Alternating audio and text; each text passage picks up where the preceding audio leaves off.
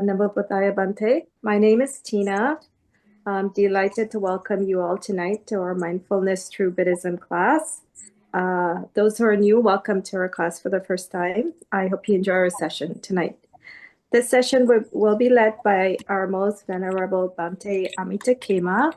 Bhante will lead us through the great teachings of the Buddhas this evening. We're grateful that Bhante is able to walk us through the Buddha's timeless teachings. Thank you, Bhante, for your time. So the session begins with the usual introduction, and after that, Bhante began clarifying what is right view means, and was saying that right view is not my personal opinion, is not a philosophical point of view. It's not about my view is right, your view is wrong, but right view is direct understanding how views arise and cease, and seeing impermanence and conditionality on a self-clarity and wisdom that transforms how we realize the experience. And right view, if I try to do samadhi, stands for from the very beginning of the Eight Noble Truths path. It's someone who truly possessed right view has entered a stream to awakening. That's a very important statement.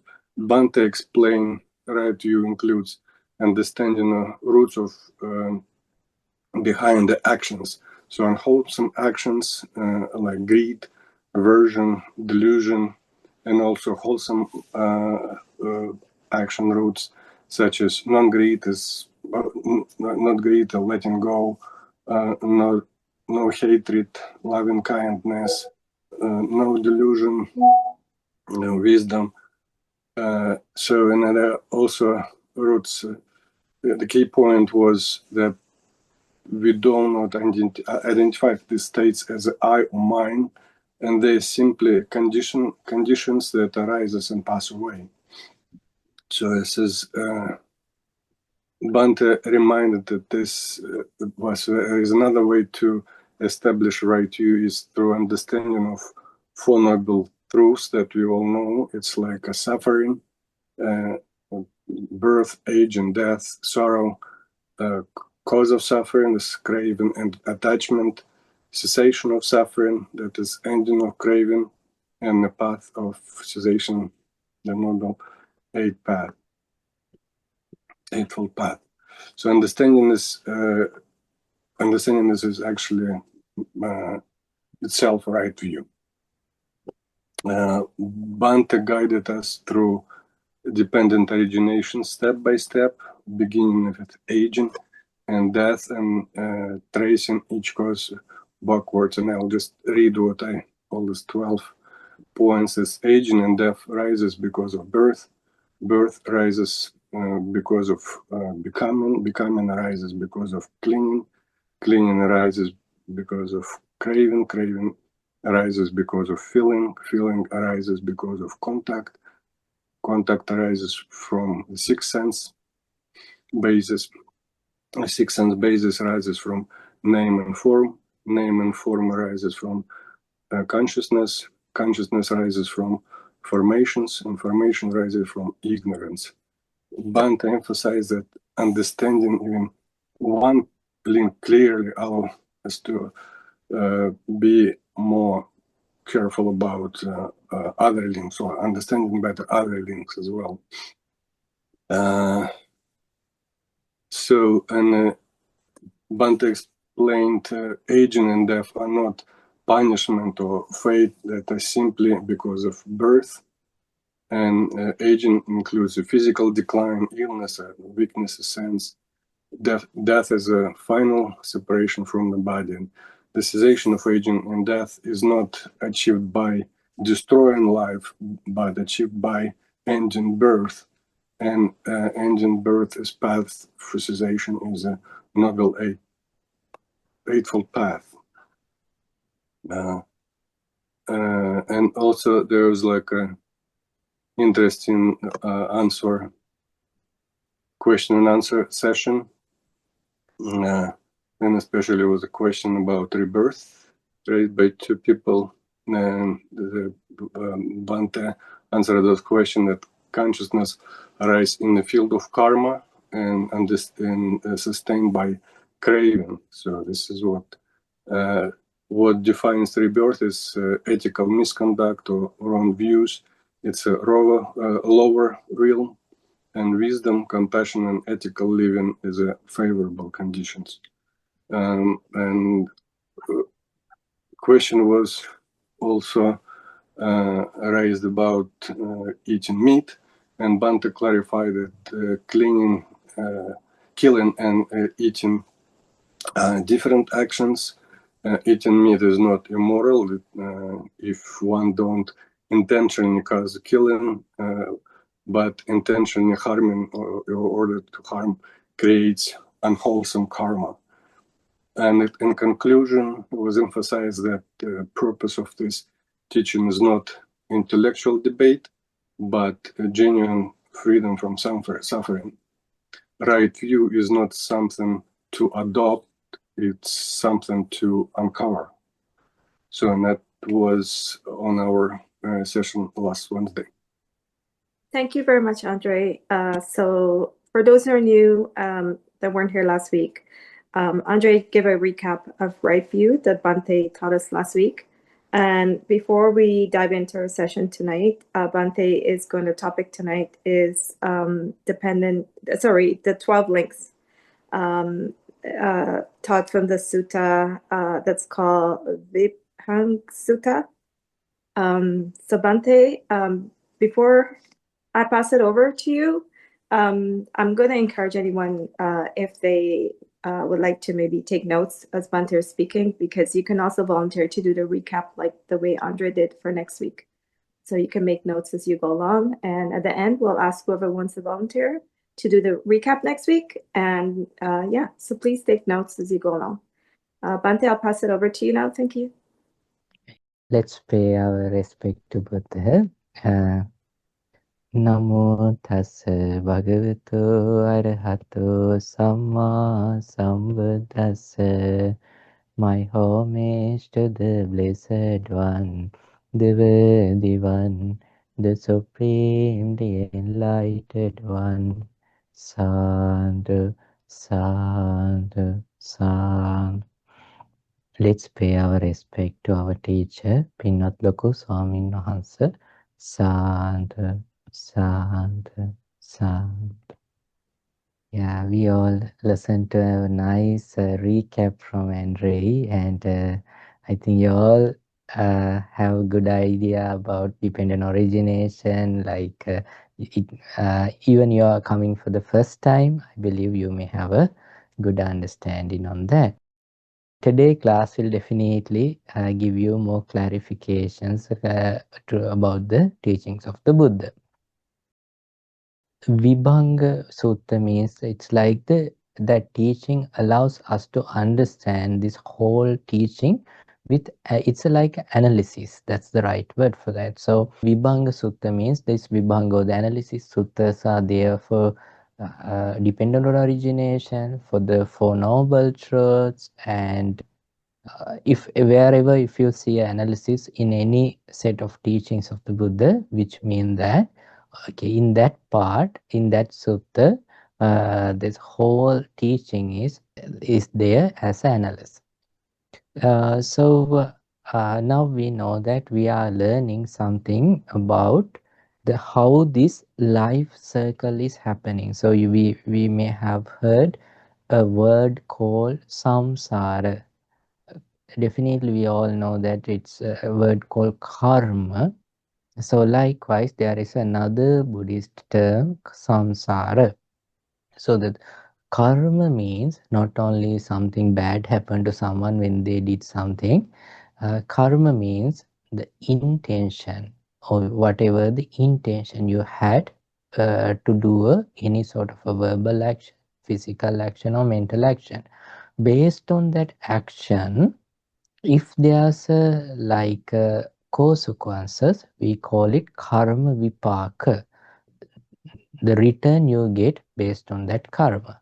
So that's one part of that karma, good or bad, you will receive in this life, ditta dhamma vedaniya. Another part will reshape your next life. And then third part, you will experience throughout your samsara or the next births. So then how this birth, decaying, death and rebirth happen? That's what we learn through the dependent origination, and we learn how to break it and attain the liberation. So the samsara means this: birth, decaying, death, birth, decaying, death. This pattern. So in this pattern, not everyone born in human world. So to be a human, that consciousness not alone travel alone with the other aggregates. These five aggregates should born in human world like a mom's womb.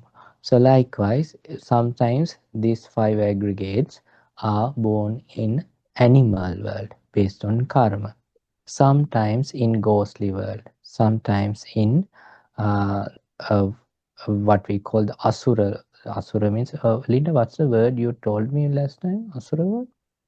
Asura is often rendered as Titans, Hunter. Yeah, Titan world. So it's basically like they have kind of a power like the angels or the divinely world, but they are, compared to the divinely world, they are rude, and they can understand this nature of the life, and they try to control the world in their way rather than not in compassion. Also they just like say egoic identity, and then it describe another world called the hell world. Hell world means that it's like based on their karma, having sort of a punishment. So it's not someone else putting you into punishment, it's like the cause and effect. So after human world is the first divinely considered world compared to that the other world, but human world has mixed happiness and the unhappiness both. And then there's another six sensual pleasure based world. So it's like hard to say, like, that don't mix this with our common ideas. This is like based on your own karma, based on happiness, there are like six levels of the sensual world. And then after that, there are Brahming world. Brahming world means that the deep meditative state, which means if something, then someone attained to that loving kindness meditative state, concentration, and he's super happy living in this life, and he has bright light in his mind, and he has super good loving kindness, and basically he's like a divinely being living in this world. When he passed, his next life not based on sensual pleasure world, because his consciousness does not attach to essential things like maybe to like a beautiful girl or boy, or beautiful like delicious food or something, because his mind is not attached to that. His mind is super peaceful within himself, so much of blissfulness. His life is reborn in Brahmin world, that not sensual, but it's called with form, not sensuous. Even though it does not have sensual pleasure, it has form, but peaceful, calm, no chaos at all. And then there's another level called formless level. Formless level means that to the deeper meditation, if someone attain to that akasananchayatana, that the formless meditative states like ආකාසානංචායතන, විඤ්ඤාණංචායතන, ආකින්චඤ්ඤායතන, neva sanya nasanya.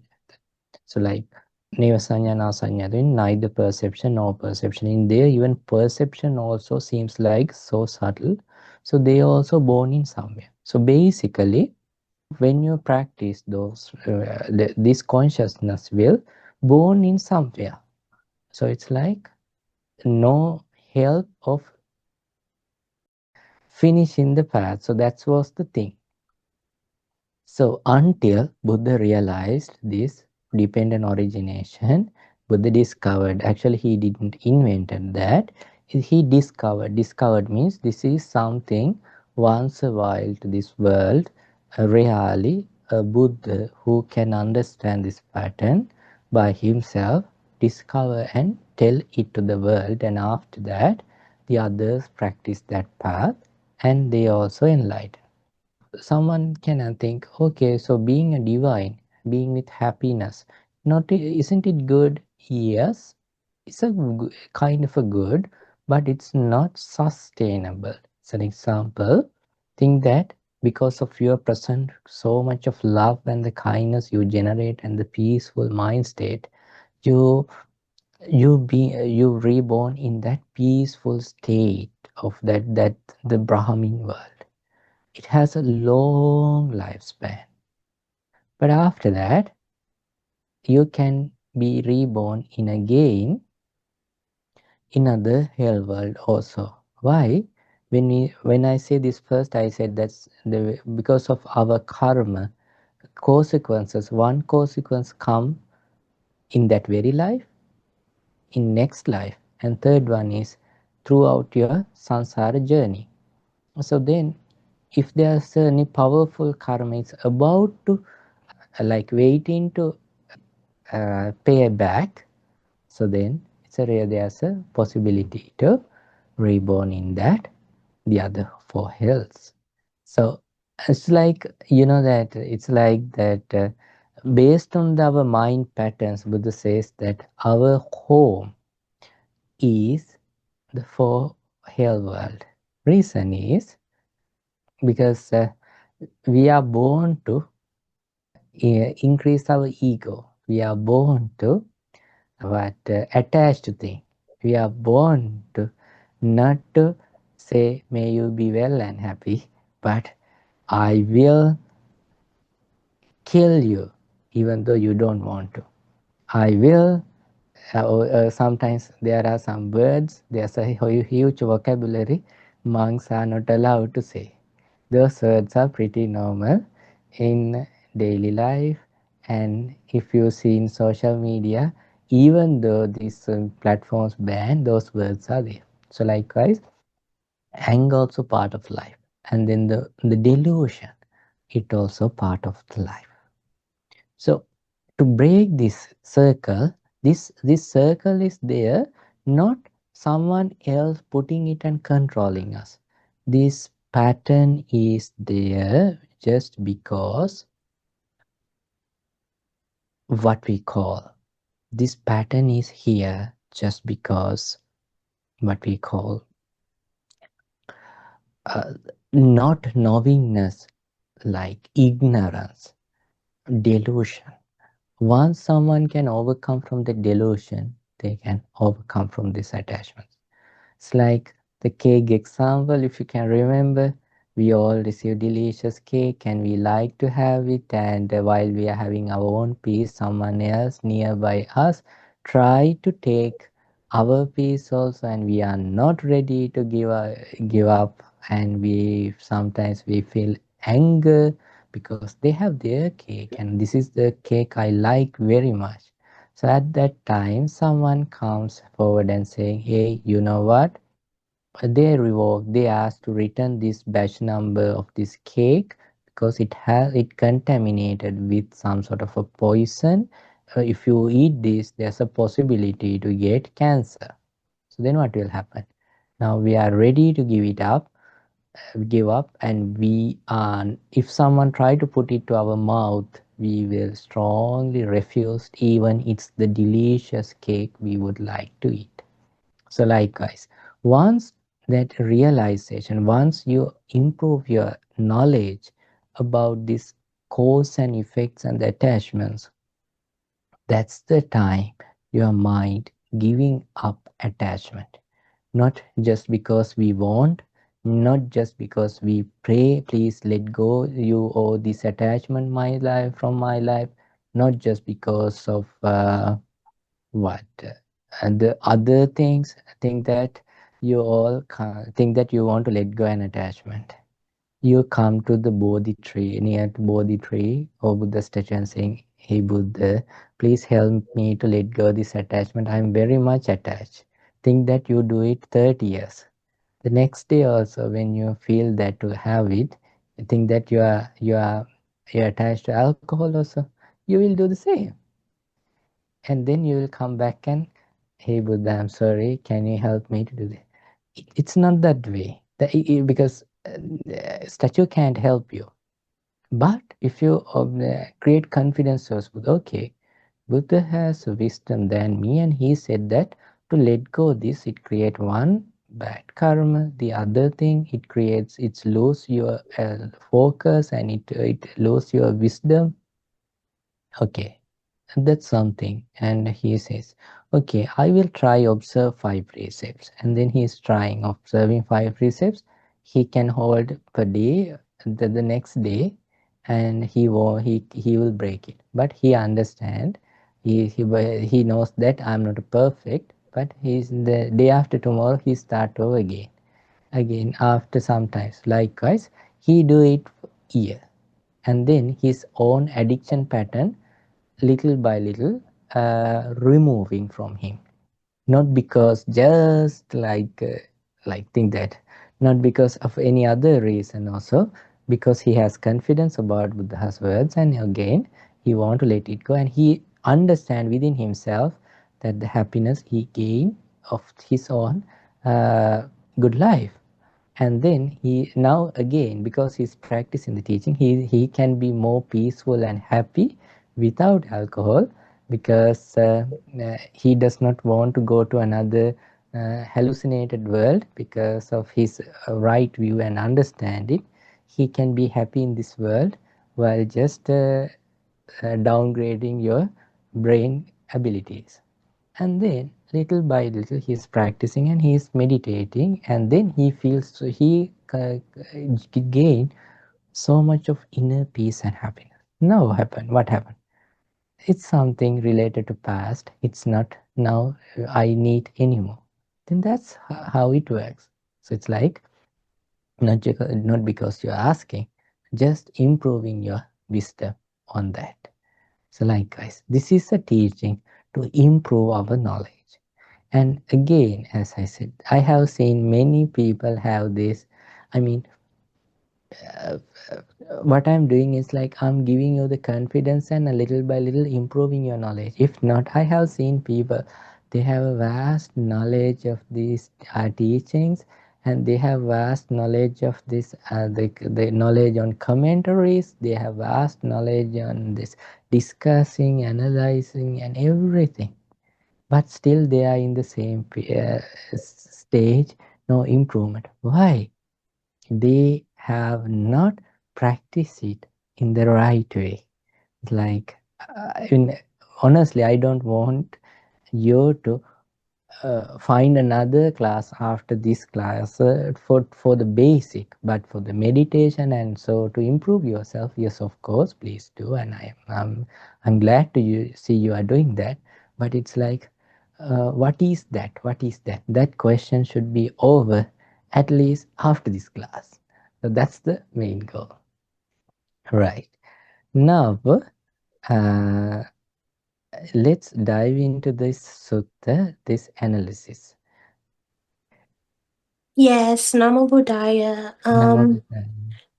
I am wondering, just confirming rather, by improving my knowledge and my wisdom, my attachments will fall away? Yes. Okay. Thank you, Bante. Yeah, that's the only way we can let go, like 100%. Thank you. Since she asked, I will say this. So there's meditation, the concentration also can like hide our attachment for some time. That's where sometimes we misunderstand, like, okay, I'm now in a level compared to others. Why? Because I meditate, I don't feel anger as I used to feel. But he's not taking medicine to improve the wisdom. Then what will happen? because of the busyness of the life and because of the stress going on in the world, and you unable to meditate weak. Then you okay, I'll start again. Then you try to focus because you haven't consistently done. You have expectation, but your expectation does not has the roots for the concentration. Then you try, but it does not work. Then you start just wake up with frustration. I used to have made concentration, now I don't have. Then because now you have like the expectation plus frustration. After a couple of attempts, that frustration create a memory. Okay, even though I try, it won't work as usual. Then it create a regret. What I have done. With that, then it develops, and then what happen? It feed anger. Then you will be angry, and then your anger rises, and then feel like your whole identity you made is now in crisis. And uh, then you have to pretend like, because you have sent people to, oh, I'm not getting angry anymore as usual. Now you are getting angry. And in the previous, you can freely show your anger, but now you made a frame, and if you won't, you the others also expecting to see you through that frame. Then you are acting. Then what happened? Instead of having an honest life, you are becoming an actor of the spiritual journey. So these things shouldn't be happen. And that's why I'm saying feeling anger and those things are pretty normal. But don't hold anger. We can work on that. So wisdom will erase that, the root which create anger. Right. And thank you for bringing that question. Okay, now we are going to learn this sutta. If you can remember last time, and Andre also mentioned that part, so there are 12 things in this dependent origination. Let's try to remember. You can go through your notes and yes, okay, help me to count whole 12. What's the first one? Anyone? Ignorance. Ignorance. Second, mental formations. not only mental formations. Version. Okay. Okay, good. And then third, Consciousness. consciousness. Okay. Fourth, Name and Name and form. yes, name and form. Right. And then sixth, Sixth sense. yes, sixth sense contact. basis. No, sixth sense basis. And then seventh, yes, you said, someone said contact. And then eight. Oh, why there's okay, then feelings. Feelings. Okay, what's the next one? Craving. Craving. Next, Clinging. clinging. Then Bhava. bhava. Yes. Yeah. Doing something. Bhava, that existence, or that becoming. So that's yes. And then Birth. yes. And then Aging. Decay. decay and all the suffering. Okay, good. Very good. Right. Now we are diving into this. Let's dive from that the last to first. That's easy, I believe. So because so that the aging and death, or the jaraman, aging, death, sorrow, lamentation, pain, grief, despair, all these sufferings. So these sufferings, we need to learn what is this suffering.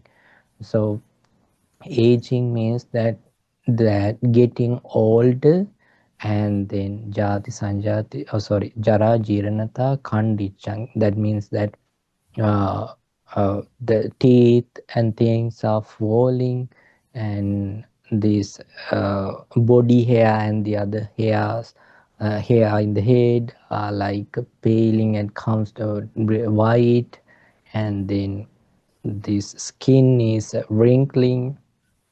And ayano sanghani, that means that the energy to live that life, it's reducing moment by moment. And then this, all these sense bases are uh, losing its ability to work properly. Can't see properly, of course, already happened to me. And sometimes can't, then we can't hear clearly. And sometimes you may have experienced sometimes, not unlike your good young or old days. So when someone says something, wait, what did you say? We have to ask. Sometimes we complain they don't speak aloud, but actually what happens is we don't hear as we used to. And then uh, uh, that we don't feel the smell as we used to, we don't feel the taste as we used to. That's also a complaint. Sometimes you may have seen that grandparents or there's some our parents sometimes complain they don't know how to cook properly like we used to. Maybe the problem in their tongue, who knows. And then the body, this it's really difficult to sit, and it's like meditation is like uh, it's like it feels like you're killing because of your knee pain, back pain also. So, and body does not have the strength it used to. So these are the aging. And this is not only for, this is not a personal problem, this is living a truth. This is something we all experience in our life, and we can't avoid that. It's like there is no like overcoming such thing. So in the divinely world, there's a nice thing. In divinely world, until last moment, they don't experience this decaying thing. It's so nice in there.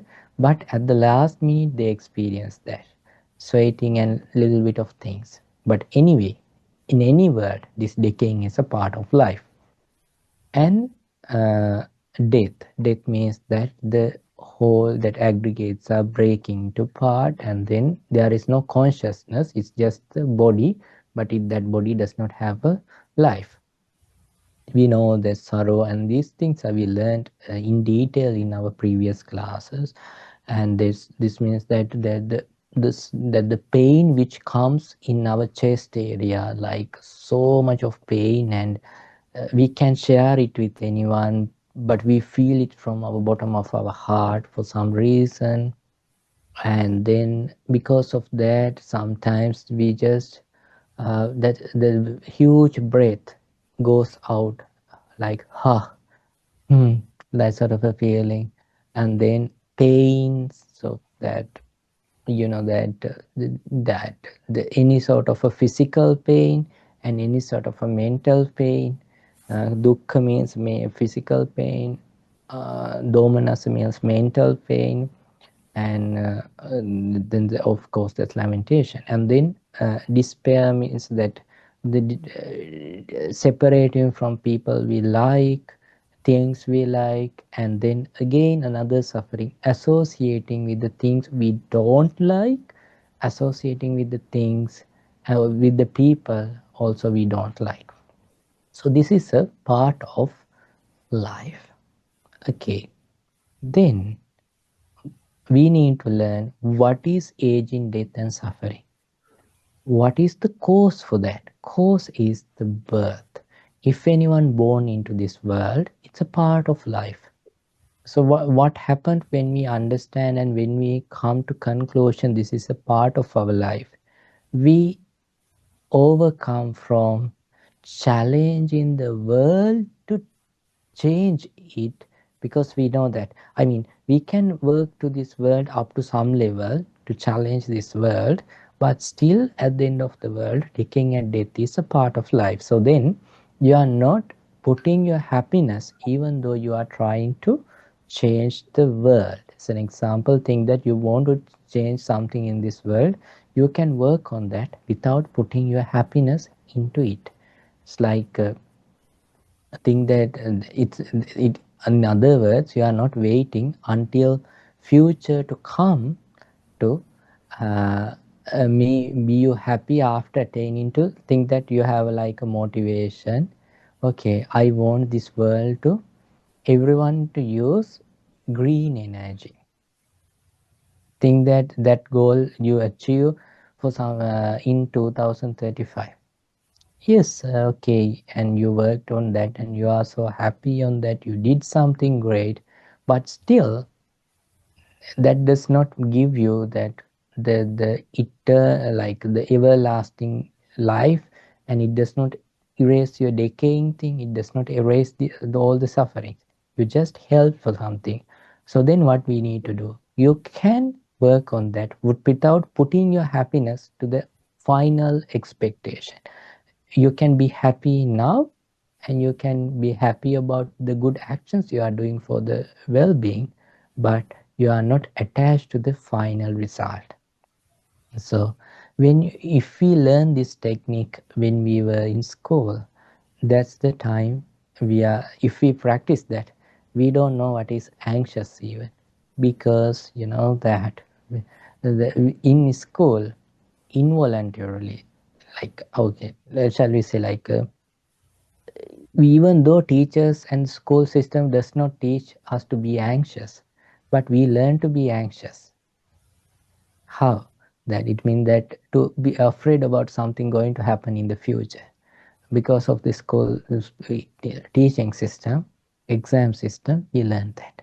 But if we learn, okay, be happy and be happy about what you are doing now, and results are very according to the past stats. Not everyone get the class, not everyone get the credits like the higher credits. It's average, like this is the percentage and this is the percentage and this is the percentage. So it's up to the you also. You are also a group of like previous. So then you understand that and you work on that, but you are not attached into that final goal, and you are just being happy while you're studying. You are being happy even when you meet the exam, and you are being happy after results come. So likewise, it's a different story. So basically you need to understand that we have to accept this truth.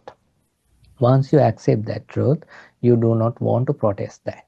Example that I often say that, no, we are in DC, but we don't see anyone protesting, taking a board and saying, I have given food to this body 30 years, 40 years, still this body is asking food to survive. I don't want to give food. No one protesting like that. No one protesting saying, uh, I don't want to go to restroom after eat. I just want to eat and digest everything. No one protests like that. No one protesting that I'm sweating. No one protesting like that. Why? We accept it as a part of our life. Sometimes we may upset, like experiencing a cancer, going to restroom, we may see it as a cancer. If we are the only one having that issue while the rest of the world do not want to go to restroom. So compared to others, we feel like, okay, this is a part of our life. This is something part of our life. So then we don't take it as a suffering. We take it as just a part of our life. So basically, we need to understand that huge everything in here, part of our life. Okay, good. And then the reason for this is the birth or the jati, arising of five aggregates, and that these six sense faculties called, or the six sense bases.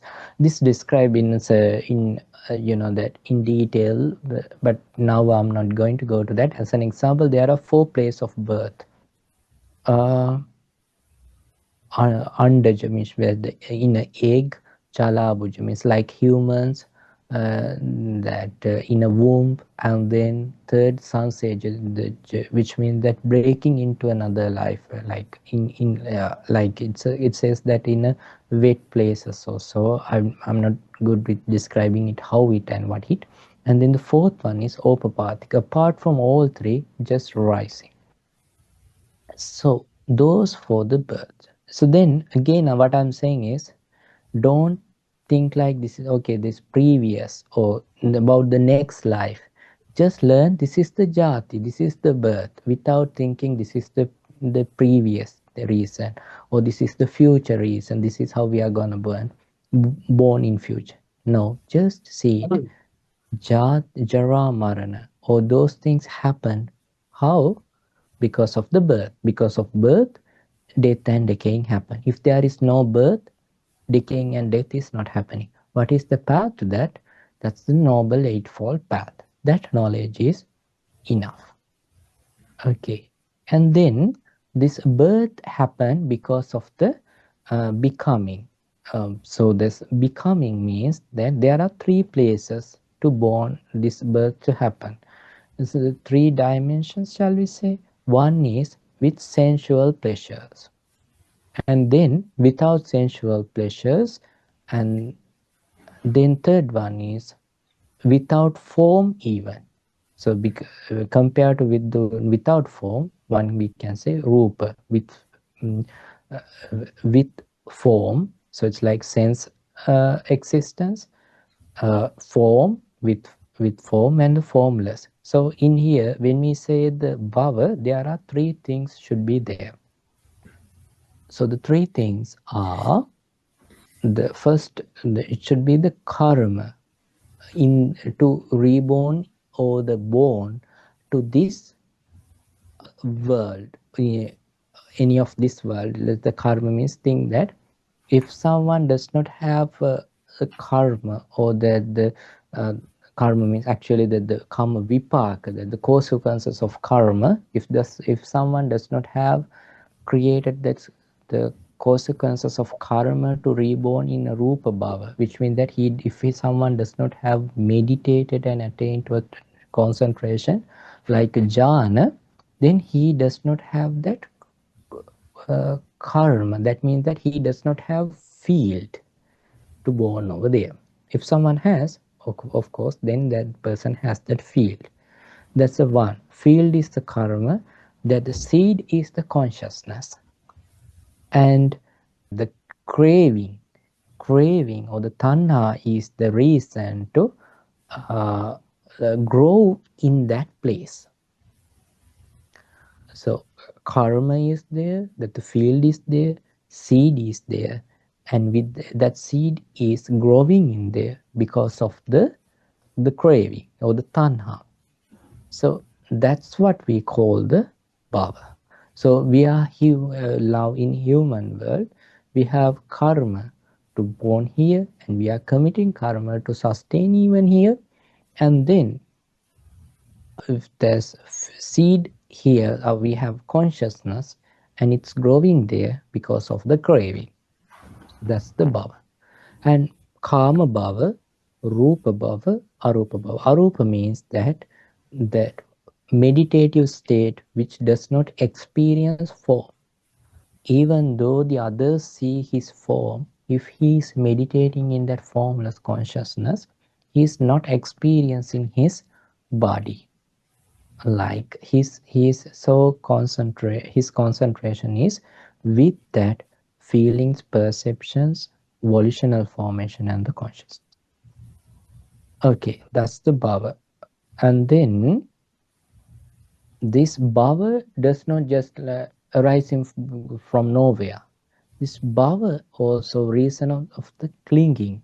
So there's a one clinging called sensual clinging. That means that thing that someone just used to eat ice cream. Now he's clinging to ice cream.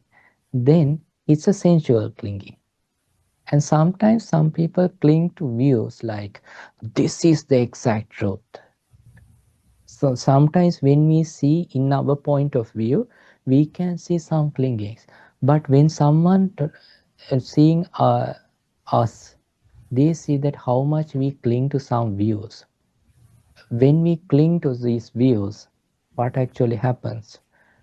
It creates huge attachment. So this cling is not just a simple thing. So this cling, it's like this, that clinging to these five aggregates, seeing it's like like me or mine or myself in a certain way. It's like a clinging to that view even, not just experiencing it as of me or mine or myself, but they have cling to that view also. And then the other one is clinging to rituals and rites. So that's even if someone cling to a precept, even it doesn't matter if it's good also, that also a clinging. So in this Buddhist practice, precepts are not to cling, not to show off, not to show that I'm a superior, not to condemn others, just to letting go ego, not for anything else. So your precepts for you, and there is no your precepts are not allowing you to judge others. We need to learn these things because sometimes we have seen some people judging us. Hey, you know what? That guy is telling lies. Hey, you know what? That guy is secretly drinking. So what? You are not observing precept to judge others. And it's not the reason you're observing precepts. And you need to understand that. There are so many people in this world, in this earth, they are practicing, they are taking it like to boasting themselves. So it's not here. If you do that, you are creating a clinging and you are attaching to that. And it's not the thing. And then the last one is clinging to self-doctrine. Self-doctrine means that even you let go, that this clinging to views will over even you attain to stream entrant, because then you see that views are arising but you are not clinging to that. As an example, anger is actually a self-doctrine view here at that ego. So it's like any sort of ego, like feeling like lust or jealousy or any sort of, it has that self thing. But the thing is, one who has attained to the stream entrance, to the first stage of enlightenment, they see it as a defilement rather than representing it as themselves, identifying them through that self. So even though the problem is, even though they don't identify through that, it arises. So that clinging to self-doctrine is the last thing to eradicate the bhava. So this bhava arises because of the clinging.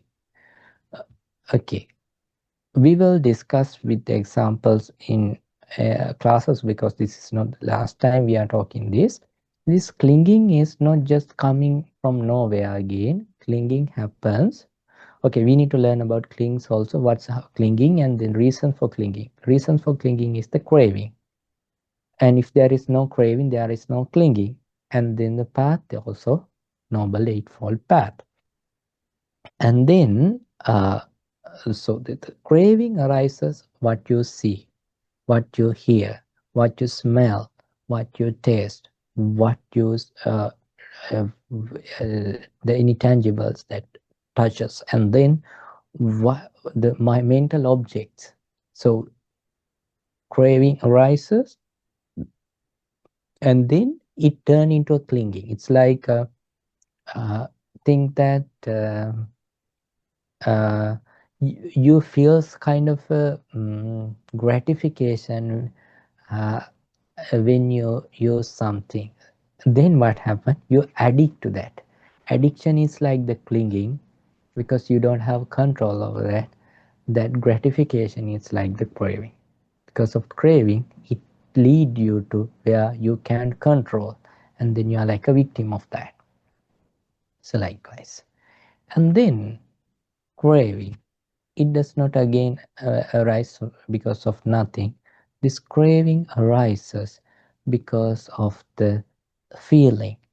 So pleasant feeling creates pleasant attachments in that lust way and lustful way. Pain create attachment in anger, that as anger. So, and then neither pleasant or no pain create delusion.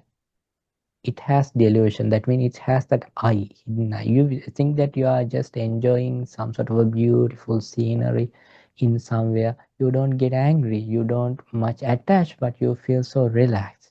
But in there also that hidden I is there. Again, you can change it, just experience it. As I said, to let go anger, not the you should not believe that okay, then to let go anger I should cut off pain, like a painful feeling.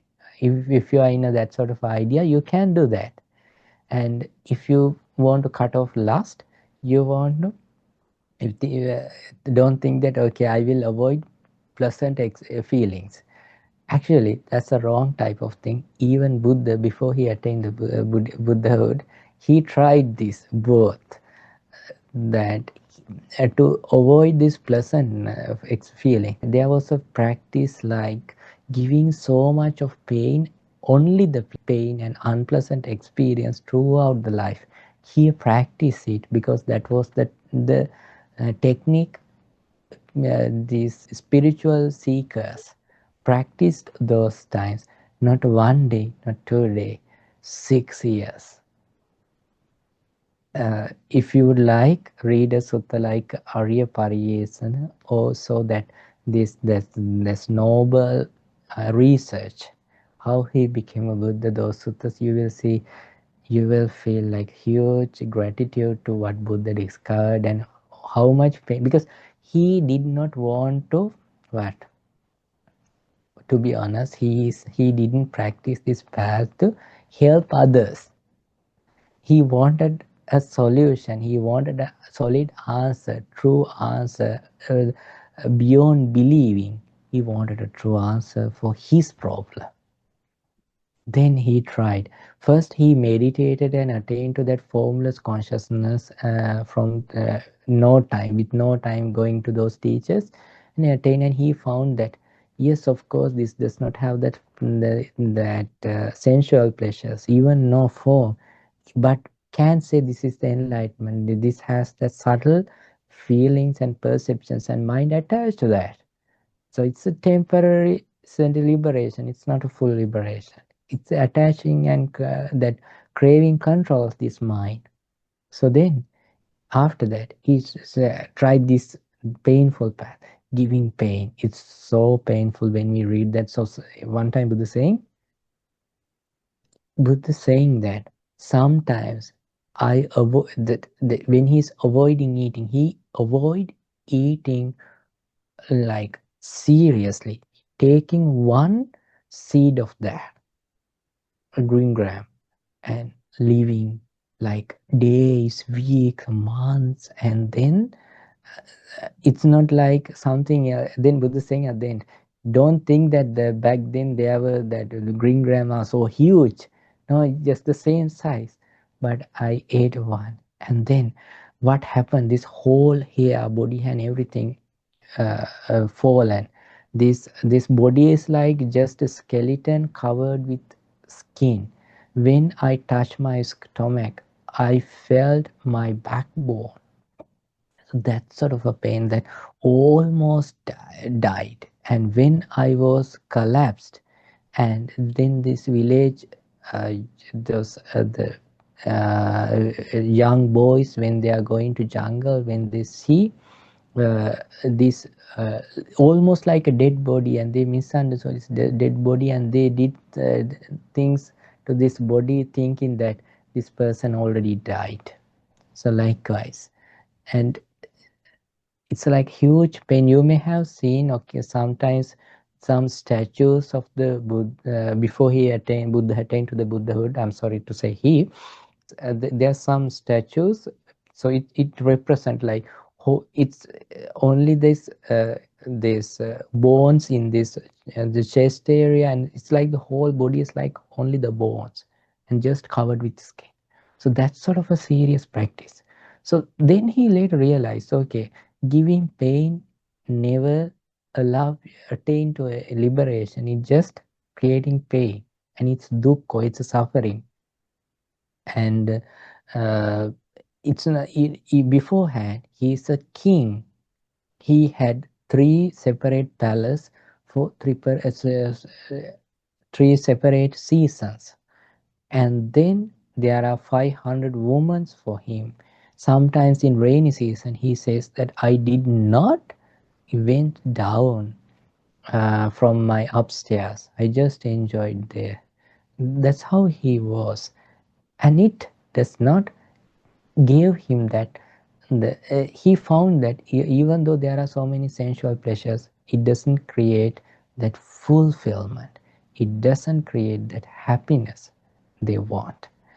He wanted that the fulfillment is not there, having same sort of things every day. That question is still there, not the fulfillment, not the happiness they're expecting. So likewise, then he wanted to seek a path what eradicate the ego, what eradicate this that this vibration which ask over and over again to like no fulfillment and what next, like even though we see thousands of beautiful things, I doesn't say okay, I'm fulfilled, you don't want to show me anything.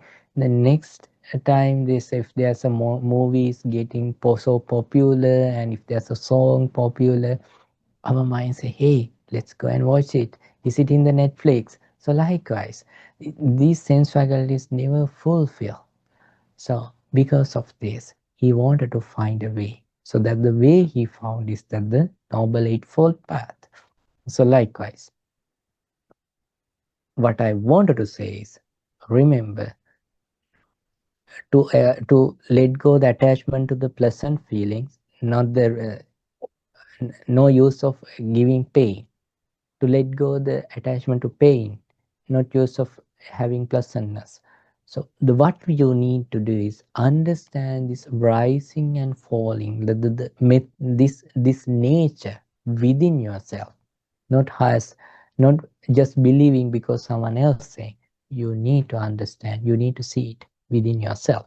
Okay, from this slide to to the other slides, we will learn from the next class up to now. If anyone has questions. Thank you, Bhante. I have a question about craving. We always associate craving with like wanting something, like the cake example, or addiction. Can craving also be not wanting something? Like, but I think about feeling, you have pleasant and painful. So like if all you had to eat in your house was bananas, but you decided you didn't like bananas and so you didn't eat, is that a form of craving as well? Yes. Okay. Yeah, definitely. Okay. Craving means that any sort of expectation with attachment. Okay. Non-craving is that seeing rising and falling, you are being so fulfilled what you receive in this moment. Like, oh wow, it's gift. Think that you prefer Coca-Cola if you get a water. Oh, thank you. It's like you're just enjoying it like the Coca-Cola. I was thinking about what you said with the clinging and the craving with the taste. I'm a big dessert person. I really like ice cream and cake, and sometimes I feel like I'm craving, so if I don't have much time or money, I'll spend it all on the ice cream cone like I did today. So are you saying that you should let go of craving things that you love to find fulfillment? Like, should I stop getting ice cream and eating desserts, or stop depending on them for happiness? Yeah, but even though I said, please Stacy, don't, then you will let go me, but not ice cream, for sure. So that's the reality. That's the moral of this story, is because we can't. I mean, because we need to understand this danger of the attachment within ourselves. It should feel to us as a wisdom, not just a knowledge. So then, next time when you eat, do this. Like, don't think of anything like you are super, because you are receiving something right, yes way. You are not stealing someone's money. Yes, you are making financial stress to you, but to not someone. You are not stealing. So that means it's not wrong. It's not morally wrong. So what we are going to do is we are going to improve ourselves to our best version. So then you do not want to stop that at all. But when you're eating that, do this. Fully concentrate to your taste and just what it called, lick it. I don't know. Yeah, I don't know. Yeah, okay. When you're licking that, lick like you are eating the last ice cream in the world. Like, so then you do not want to think something else. You want to like feel each and like that the whole taste in your whole taste buds. So you are just enjoying it with fully concentration. Then what will happen? When you are fully focused to that, you will see you, because of your focus, you will feel the taste, and you will feel through the tongue, and because of that focus, that mind story will stop for some reason. That when it's like you are seeing the whole boundary of that sensual pleasure can create, rather than you are dwelling in your stories, because stories in your mind can manifest and make a big different stories. There is no end to the manifestation. But when you see that before that manifestation, the real taste and real feeling you feel in your tongue, not only the taste, the whole five sense also there's like the you are getting what you see, what you smell, what you hear when you when you take it from your spoon, and then and the taste and also the body feeling, also the whole five sense there. That's why it says that it's a one nutrition for the whole bhava, or the to the existence. Okay, so when you focus to that, then you once you see the boundary, then when, because of you seeing the boundary, you can easily let it go in future. It takes time, but it definitely works. It works like this. Once you see that the ultimate happiness, whatever they have you can experience through your ice cream, then you can question about what you see. It's like this. Think that when you are licking the ice cream, it does not have the shape, but what your mind manifest. Why? When you are licking it, it's like basically it's like a whole salvia. Salvia, it's a right? Saliva. Yeah, saliva, and then it's so disgusting if you take it out, mixed with saliva, that it does not have that beautiful shape anymore. It's something disgusting thing that you eat and you spit, and you are not ready to take it back to your mouth. So that's the ice cream when you taste it. So the ice cream, when you see it, it has a shape, but when you taste it, it has a different shape. So now you are not working on that manifestation, you are seeing the reality. Okay, when I eat, it has a shape like this. So then what happens? You are just little by little seeing the not only that the pros, you see the cons also. And you can think, okay, how it happens, how it feels when you eat and when it go to the stomach. It does not have that beautiful shape, when the way it advertised in the uh, TV or somewhere. It has it's again, it's not so beautiful. The Yeah. same after digest, it goes to the restroom, then it does not have that anything at all. So like guys, when we understand the whole thing, not that the manifestation, okay, then you know that, oh, you, if you want to enjoy, you will enjoy ice cream, but that because you are not attached to that manifestation, you just enjoying in this moment. If someone take your ice cream, hey, I want yours, say, okay, take it. You just enjoy no ice cream then. Let's say sadhu 3 times. Sadhu, Sadhu, sadhu, sadhu. sadhu. Yesterday, we learned a nice sutta, Vibhanga Sutta, analysis of the dependent origination from Buddha's teaching. It's a very beautiful and insightful teaching. We all able to understand the truth.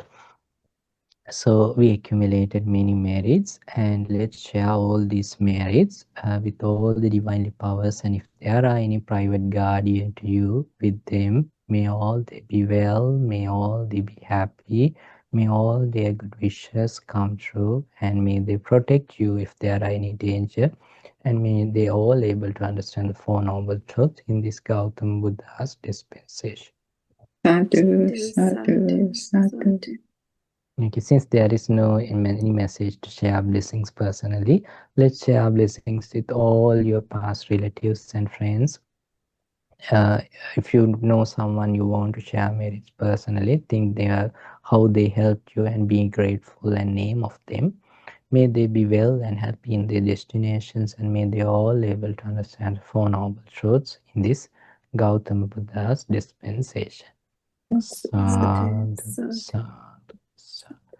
Let's share all these merits with our teacher, Pinwat Loku Swamin Wahanse, and all the monastic monks who live all around the world.